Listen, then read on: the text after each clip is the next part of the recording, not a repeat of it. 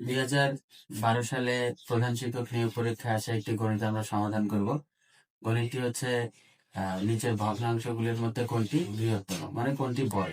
এখানে ভগ্নাংশ দেওয়া আছে। ভগ্নাংশ যদি আমরা 3কে ভাগ করি 4 দিয়ে, তাহলে দশমিক আসবে। এইভাবে করতে গেলে সময় বেশি লাগবে বা কঠিন হবে, কিন্তু এটাকে যদি আমরা আর গুণ করি তাহলে খুব সহজে করতে পারবো।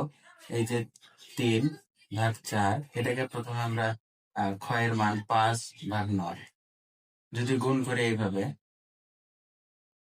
3 নং হচ্ছে এখানে নেই, 3 নং 27 আর হচ্ছে 4 5 20, তার মানে 27 বেশি বড় আর কি। তার মানে এইটা হচ্ছে বড়। একইভাবে এটাকে আমরা আবার পরের মান দিয়ে হচ্ছে গুণ করব। কত আছে?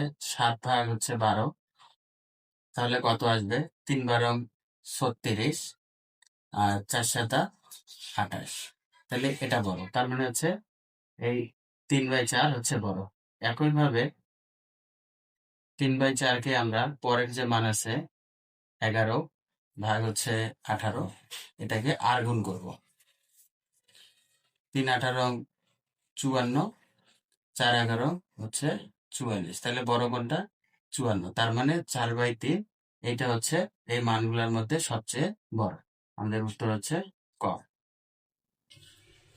প্রধান শিক্ষক নিয়োগ পরীক্ষা 2009 সালে আসা একটি অঙ্ক আমরা সমাধান করব। এটা হচ্ছে 1 থেকে 20 পর্যন্ত বেজোড় সংখ্যাগুলোর গড় কত।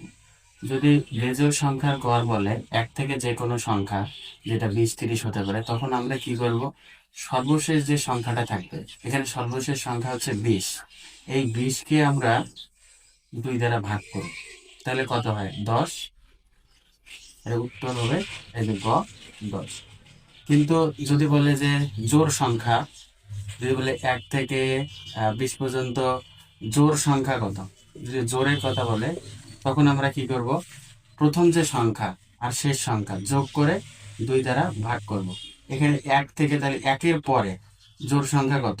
2, আর শেষ সংখ্যা হচ্ছে এখানে 20, ভাগ করব 2 দ্বারা, তাহলে কত হচ্ছে?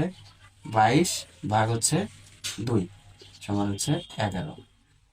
তাহলে আমরা কি বুঝলাম? যদি বেজোড় সংখ্যা বলে তাহলে শেষ সংখ্যাকে 2 দ্বারা ভাগ করব, আর যদি জোড় সংখ্যা বলে তাহলে প্রথম যে জোড় সংখ্যাটা সেটার সাথে যোগ করব শেষ সংখ্যা, মানে কি প্রথম সংখ্যা, প্রথম প্লাস শেষ সংখ্যা, ভাগ হচ্ছে 2 জোড়ের ক্ষেত্রে।